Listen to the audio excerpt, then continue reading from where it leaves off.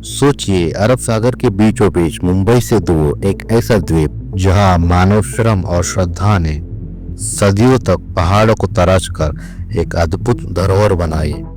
Elephant island पर बनी इन गुफाओं में छिपा है भारतीय शिल्पकला का एक ऐसा चमत्कार जो समय की हर परीक्षा में खरा उतरा है। सदाशिव का यह अमर शिल्प न केवल भारत बल्कि पूरी दुनिया के लिए प्रेरणा है। सोचिए, उस समय भारत की शिल्पकला कितनी ऊंचाई पर रही होगी जब घारापुरी आइलैंड पर कला और आस्था ने मिलकर इसे आकार दिया था। यहाँ का हर पत्थर भगवान शिव की भक्ति, त्याग और साहसी अनकही कहानियां सुनाता है। साथ बने रहिए क्योंकि हम एलिफेंटा केव के उन अनसुने रहस्य को उजागर करेंगे जिनके आगे पोर्तुगीज तक हार मान गए थे।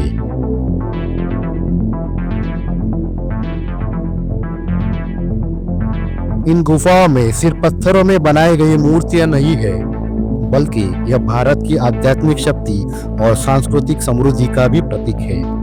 यहाँ का मुख्य आकर्षण है त्रिमूर्ति सदाशिव, जो भगवान शिव के 3 स्वरूपों सृष्टिकर्ता, संहारकर्ता और पालक का अद्भुत चित्र है।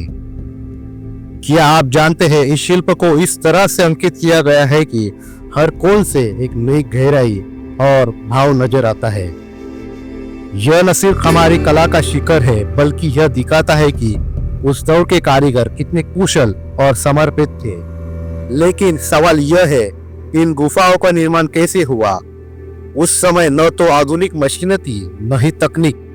फिर कैसे हमारे पूर्वजों ने पहाड़ को काटकर इतनी भव्य गुफाएं और मूर्तियां तैयार की? सोचिए, कितनी मेहनत, कितनी लगन और भगवान शिव के प्रति कितनी गहरी आस्था रही होगी। और सबसे बड़ी बात, जब पुर्तगालियों ने इस द्वीप पर कब्जा किया तो तोपों से मूर्तियों पर निशाना साधा, लेकिन ये गुफाएं अडिग रही। आज भी ये शिल्प अपने जख्म के बावजूद भगवान शिव की दिव्यता और हमारे पूर्वजों की कला को बयां करता है। तो चलिए इस सफर में आगे बढ़ते हैं और एलिफेंटा केव के हर कोने की अनकही कहानियों को करीब से जानते हैं। हर गुफा, हर मूर्ति और हर दीवार अपने आप में एक इतिहास समेटे हुए है। तो सबसे पहले चलते हैं इस द्वीप की मुख्य गुफा, जिसे गुफा नंबर 1 कहा जाता है। यह गुफा न सिर्फ सबसे बड़ी है, बल्कि इसमें त्रिमूर्ति सदाशिव जैसे भव्य मूर्तियां और अद्भुत शिल्पकारी का संग्रह है। जैसे ही आप गुफा के भीतर कदम रखते हैं, एक अलग ही ऊर्जा महसूस होती है। संपूर्ण गुफा के भीतर जो खंभे हैं, वे इस शिल्प के सौंदर्य को और भी बढ़ा देते हैं। घारापुरी के गुफाओं में स्थित त्रिमूर्ति भारतीय शिल्पकला और स्थापत्य का एक अद्वितीय उदाहरण है। यह शिव के पंचमुखी लिंग स्वरूप का प्रतीक है। गुफा के दक्षिणी हिस्से की दीवार पर मध्य में स्थित यह शिल्प यहाँ का सबसे प्रमुख और महत्वपूर्ण शिल्प माना जाता है। इस शिल्प में 3 मुख सामने दिखाई देते हैं, जबकि एक मुख पीछे और एक अदृश्य पारलौकिक मुख की कल्पना की गई है। इन मुखों को तत्पुरुष महादेव, अघोर, भैरव, वामदेव और संध्युजात कहा जाता है। शिल्प में दाई और जटाधारी सर्प और कपाल धारण किए हुए शिव के उग्र और भयंकर रूप को अघोर, भैरव के रूप में दर्शाया गया है। इस रूप में तनी हुई भुएं, सुलगती आंखें और तीक्ष्ण दांत शिव के संहारक रूप को प्रकट करती है। इसके विपरीत बाई ओर का हिस्सा शिव के वामदेव रूप को दर्शाता है, जो अलंकारों से सजा हुआ है और उनकी सौम्य, शांत और स्त्रीण प्रकृति का प्रतीक है। मध्य में शिव का तत्पुरुष रूप दर्शाया गया है, जो पूर्ण ज्ञान का प्रतीक है। इस मुख पर ध्यानमग्न गंभीर और शांत भाव झलकते हैं। बंद आंखें, स्थिर ओठ और सिर पर मुकुट इस रूप की दिव्यता को और भी अधिक उभारते हैं। इस शिल्प में एक हाथ में सर्प और दूसरे हाथ में बीजपूरक को दिखाया गया है, जो सृजन और रचनात्मकता का प्रतीक है। यह त्रिमूर्ति शिव के उग्र, सौम्य और सृजनात्मक रूपों का अद्भुत संगम है जो भारतीय कला और आध्यात्मिकता की गहराई को दर्शाती है। ऐसा माना जाता है कि यहाँ के मंदिर में एक रहस्यमय ऊर्जा प्रवाहित होती है जो साधकों को भगवान शिव के करीब ले जाती थी। अब बात करते हैं गुफा के अन्य हिस्सों की। त्रिमूर्ति के बाईं ओर एक अद्भुत मूर्ति है। यह है भगवान शिव का अर्धनारीश्वर रूप जो शिव और शक्ति के मिलन को दर्शाता है। यह मूर्ति इस बात का प्रतीक है कि सृष्टि पुरुष और स्त्री दोनों की समान सहभागिता से पूरी होती है। देखने पर यह एहसास होता है कि हमारे पूर्वज केवल कलाकार नहीं बल्कि महान दार्शनिक भी थे। इस आंशिक रूप से खंडित शिल्प के मध्य में शिव नंदी के सहारे त्रिभंगी रूप में खड़े हैं, जिनका दाहिना आधा भाग शिव का और बाया आधा भाग पार्वती का है। प्रतिमा में आधा पुरुष व आधा स्त्री का चेहरा एवं केशभूषा के साथ शिव तथा पार्वती के गणों की उपस्थिति के कारण यह फलक पूर्ण रूप से अर्धनारीश्वर रूप को दर्शाता है। यह देवी को लावण्यमयी नवयुवती की भांति उन्नत उरोज शीनकटी के साथ शिव के वामांग में दिखाया गया है। उनके ऊपरी हाथ में दर्पण तथा शिव अपने दाहिने ऊपरी हाथ में सर्प लिए है। शिव के इस दिव्य रूप के साक्षी के रूप में सभी देवताओं ब्रह्मा, इंद्र, विष्णु, वरुण, गणेश और कार्तिकेय के साथ शिवगणों तथा पार्वती के सहायक ऋषि मुनि और स्वर्ग की अप्सरा को दिखाया गया है। लेकिन एलिफेंटा केव का हर हिस्सा इतना सुंदर क्यों है? क्योंकि यह केवल एक गुफा नहीं बल्कि भगवान शिव का निवास स्थान माना जाता है।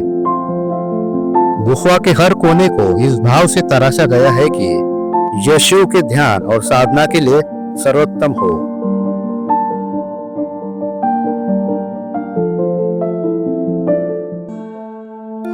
आइए अब चलते हैं उस गुफा की ओर और देखते हैं अद्भुत शिल्प जहां भगवान शिव का नटराज रूप दिखाया गया है। यह मूर्ति शिव की तांडव मुद्रा में है जो सृष्टि के निर्माण और विनाश दोनों का प्रतीक है। माना जाता है कि जब शिव तांडव करते हैं तो ब्रह्मांड का हर कण उनकी लय में नृत्य करता है। इस मूर्ति को देखकर आप उस दिव्यता को महसूस कर सकते हैं जो शिव की ऊर्जा में समाई हुई है।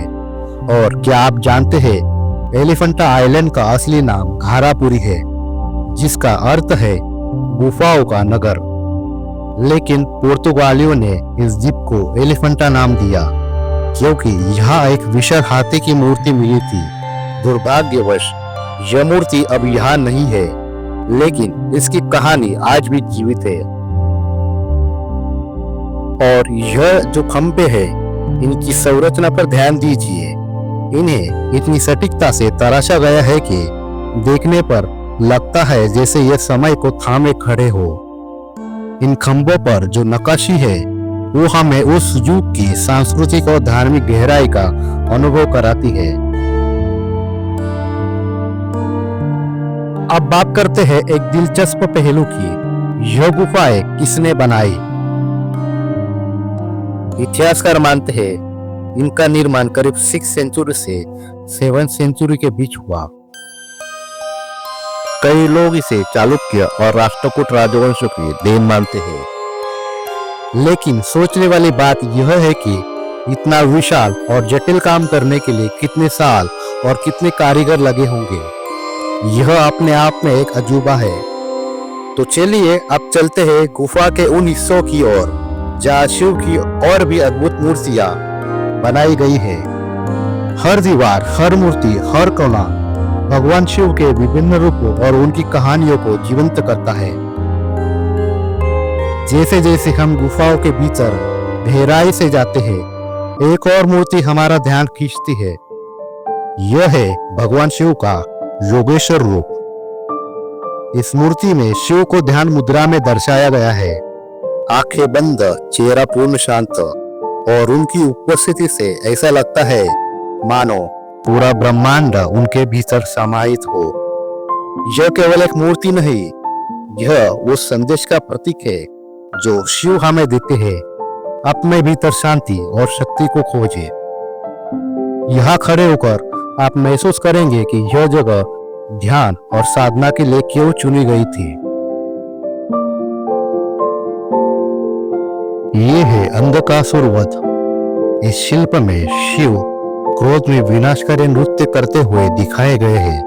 उनके पीछे अंधकासुर का मित्र गजासुर अथवा नील नामक हाथी था, जिन्हें शिव ने नाचते हुए मौत की घाट उतार दिया।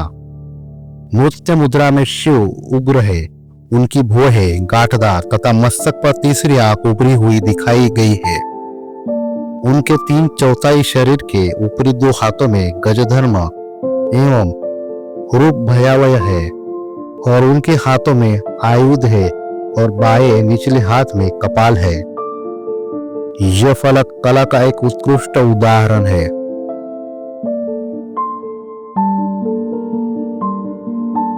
अब हम पहुंचते हैं गुफा के उस हिस्से में जहां शिव पार्वती को गुफा के अंदर ऊंचे मंच पर बैठे दर्शाया गया है। फलक के नीचे अनेक आकृतियां उत्कीर्ण है जो अब पूरी तरह से विकृत हो गई है। 4 भुजाओं वाले शिव के पैर मुड़े हुए हैं तथा वह अपनी बाईं ओर थोड़ा झुके हुए हैं। उनके चारों हाथ खंडित एवं चेहरा पूरी तरह से विकृत है। इसमें मात्र प्रभाव मंडल दर्शनीय है। पार्वती खुश नहीं है। वह अपने दाहिने पैर को मोड़कर बैठी और बायां हाथ नीचे रखा है। उनके सुंदर केश अनेक रत्नों और आभूषणों से अलंकृत है। शिव और पार्वती के बीच महिला सेविका एक बच्चे के साथ खड़ी है जो संभवतः कार्तिकीय है। बाई और एक अन्य स्त्री अनुचर गणेश को लिए हुए प्रदर्शित है। इस फलक में पार्वती ने अपना चेहरा बाई ओर कर लिया है, लेकिन क्रिया स्पष्ट नहीं है। शिव एवं पार्वती स्वर्गीय अप्सरा, देवी देवताओं, उड़ने वाले विद्याधरों और ऋषियों के साथ घिरे हुए हैं।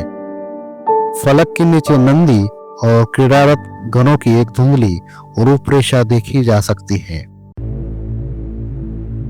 इस मूर्ति को देखकर ऐसा लगता है जैसे समय थम गया हो, लेकिन दोस्तों, एलिफेंटा केव की कहानी केवल इन मूर्तियों तक सीमित नहीं है। यह उन संघर्षों और जीत की भी कहानी है जो इस धरोहर को बचाने के लिए लड़ी गई। जब पुर्तगालियों ने इन गुफाओं पर कब्जा किया, उन्होंने मूर्तियों पर हमला किया। इनका इरादा था इस कला को नष्ट कर देना, इस संस्कृति को मिटा देना। लेकिन देखिए, समय के थपेड़े सहने के बावजूद ये गुफाएं आज भी खड़ी है। हर टूटी मूर्ति यह साबित करती है कि सच्ची कला और आस्था को कोई हरा नहीं सकता। और सोचिए, सदियों बाद भी यह स्थान उतना ही दिव्य और प्रेरणादायक है। यही कारण है कि इसे यूनेस्को वर्ल्ड हेरिटेज साइट का दर्जा दिया गया है। यह केवल एक ऐतिहासिक धरोहर नहीं, बल्कि हमारी संस्कृति, हमारी विरासत और हमारी आस्था का जीता जागता प्रमाण है। तो अब सवाल यह उठता है, हम इस धरोहर को कैसे संजो सकते हैं? यह हमारी जिम्मेदारी है कि इसे आने वाली पीढ़ियों के लिए सुरक्षित रखें, क्योंकि यह गुफाएं केवल पत्थरों में तराशी गई कारीगरी नहीं, यह भारत की आत्मा है। और आखिर में जब आप एलिफेंटा केव को छोड़कर वापस जाते हैं, तो आपका दिल यह सोचकर भर जाएगा कि आज भी भारत की भूमि पर ऐसे चमत्कार मौजूद है जो न केवल हमारी पहचान है, बल्कि हमारी गौरवशाली विरासत का हिस्सा है। आपको एहसास होगा कि यहाँ आना केवल एक यात्रा नहीं, बल्कि एक आध्यात्मिक अनुभव था।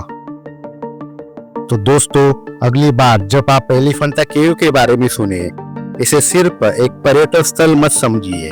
इसे देखिए, महसूस कीजिए और गर्व कीजिए कि आप उस भूमि के वासी हैं जिसने ऐसी अनमोल धरोहर रची। यही है एलिफेंटा केव का जादू, जहां हर पत्थर, हर मूर्ति और हर गुफा आपको भगवान शिव की महिमा और भारतीय शिल्प कला के अद्वितीय गौरव की कहानी सुनाती है। साथ बने रहने के लिए धन्यवाद।